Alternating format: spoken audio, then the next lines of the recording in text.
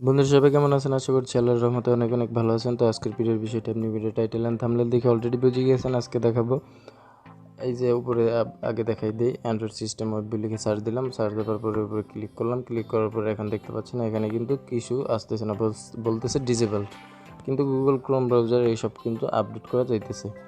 তো এই যে গুগল ক্রোম ব্রাউজার আপনার যদি আবার আপডেট না হয় আর অ্যান্ড্রয়েড সিস্টেম যদি আপডেট না হয়, দুটোই একসাথে যদি আপডেট না হয়, কারণ অ্যান্ড্রয়েড সিস্টেম আর গুগল ক্রোম দুটোই কিন্তু একই কাজ, দুটো একসাথে রান হতে পারে না। এই দুইটি কীভাবে আপনি একসাথে আপডেট করবেন সেটাই আজকে এই ভিডিওতে দেখাবো। তো জানতে হলে ভিডিওটি পুরোপুরি দেখতে থাকুন। আর আপনি যদি চ্যানেল নতুন হয়ে থাকেন তাহলে ডান পাশে নিচে লাল সাবস্ক্রাইব বাটনে ক্লিক করুন এবং পাশে থাকা বেল আইকনটি ক্লিক করে অল সিলেক্ট করে দিন, যাতে পরবর্তীতে আমি এরকম টিপস অ্যান্ড ট্রিক্সের ভিডিও আপলোড করার সাথে সাথে আপনি সবার আগে পেয়ে যান। তো আপনি আছেন বাংলা টেক অ্যান্ড টিপস আর চ্যানেলের সাথে, আপনাদের সাথে আছি আমি রিয়াদ। তো কথা না বেরিয়ে চলুন শুরু করা যাক।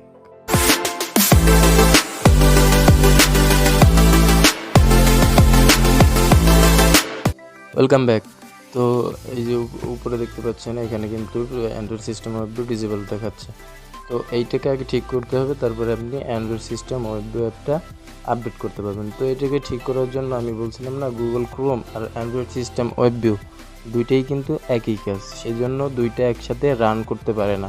ফোনে রান করতে গেলে সমস্যা হয়, সেজন্য আপনি যদি গুগল ক্রোম যদি এনেবল করে রাখেন তাহলে কিন্তু অ্যান্ড্রয়েড সিস্টেম ওয়েবভিউ ডিসেবলড হয়ে যায় অটোমেটিক।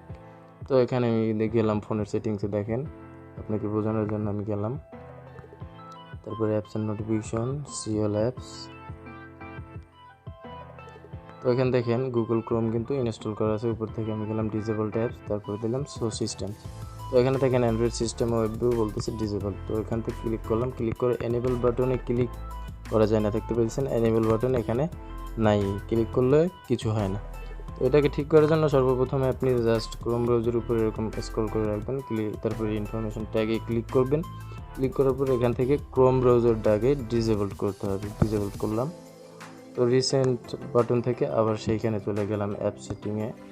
তো এখন দেখেন এটা কিন্তু এনেবল ছিল, এখন ডিসেবল ছিল, এখন কিন্তু এনেবলড হয়ে গেছে। এই যে দেখতেন এখানে কিন্তু ছিল অ্যান্ড্রয়েড সিস্টেম ওয়েবভিউ অ্যাপটা, এখন সেখানে ক্রোম ব্রাউজারটি ডিসেবল করে রাখছে, সেটা ডিসেবলড হয়েছে। এবার মূল কাজে আসা যাক। তো আমি গুগল প্লে স্টোরে আবার ক্লিক করলাম। ক্লিক করার পরে এখন আমি জাস্ট অ্যান্ড্রয়েড সিস্টেম ওয়েবভিউ লিখে আবার সার্চ দিই, উপরে চলে আসছে। তো এখন কিন্তু আপডেট অপশনটা চলে আসছে, এখন আপডেট দিলে আপনার আপডেটটা হয়ে যাবে, ঠিক আছে। এই যে আপডেট চলতেছে দেখতে পাচ্ছেন। তো তো এইটা আপডেট হয়ে গেলে আপনি কি করবেন, আপনি যদি ক্রোম ব্রাউজারটাও একসাথে চালাতে চান তাহলে কি করবেন, আপনি যে কারো কাছ থেকে শেয়ার দিয়ে বা যে কোনোভাবে আপনার ফোনে গুগল ক্রোমের অ্যাপসটা নিয়ে আসবেন, ঠিক আছে।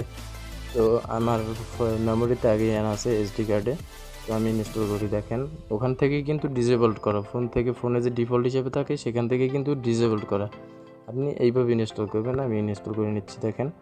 তারপরে গুগল ক্রোম আর অ্যান্ড্রয়েড সিস্টেম ওয়েবভিউ দুইটাই একসাথে কাজ করি কিনা দেখেন, দেখাচ্ছি। তো ক্রোম ব্রাউজার কিন্তু ইনস্টল হয়ে গেল, এখন দেখতে পাচ্ছেন এখানে কিন্তু ক্রোম দেখাচ্ছে ইনস্টল হয়েছে। তো আমি আবার জাস্ট গুগল প্লে স্টোরে ক্লিক করলাম।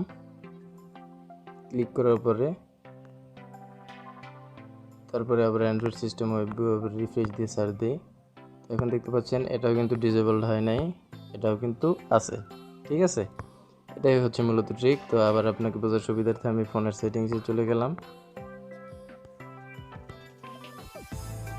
তারপর সিওলে দিলাম। তো এখান থেকে ডিসেবলড অপশনে ক্লিক করলাম, তারপরে শো সিস্টেমও ক্লিক করলাম।